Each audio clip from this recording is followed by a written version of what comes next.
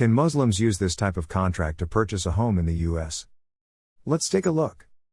This is a type of sale contract used in Islamic finance where the Islamic mortgage company purchases a property and resells it to the buyer with profit. They buy the property under their own name assuming all risk and then resell it to the buyer. This is completely permissible in Islam. University Islamic Finance, UIF, in the US offers this as one of its models to purchase a home. However, in order to diminish the risk of the buyer backing out, they do one of two things. One is permissible, the other is not. What is permissible for them to do is when they write an option in the contract to the seller of the original property that they have the right to return the property within a certain amount of time with no questions asked. What is not permissible for them to do is when they make the buyer sign an affidavit, which is legally binding, promising that the buyer will purchase the home. Meaning they have written a contract to sell you something before they've even sold it to you. This is not permissible.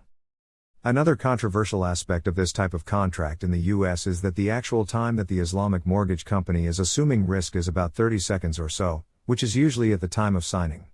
Some scholars find this highly problematic because it's not really taking a risk.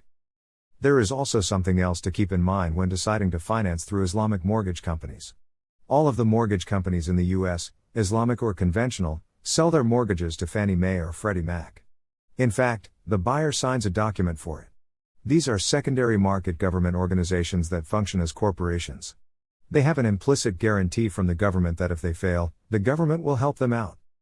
What happens is that Fannie Mae and Freddie Mac give funding to the mortgage companies, who in turn gives funding to the buyer, then the mortgage company sells that mortgage back to the secondary market so that they can continue the lending process. Mortgage companies do this because they do not have enough cash on hand to be able to lend to all their customers. This is the only way they can continue to lend to an unlimited number of buyers. However, the problem is that it is prohibited to sell a debt in Islam. So these are some of the things to keep in mind if you use this type of contract in the US to purchase a home. For a more detailed look at Islamic mortgage companies in the US, please visit the link in the description box.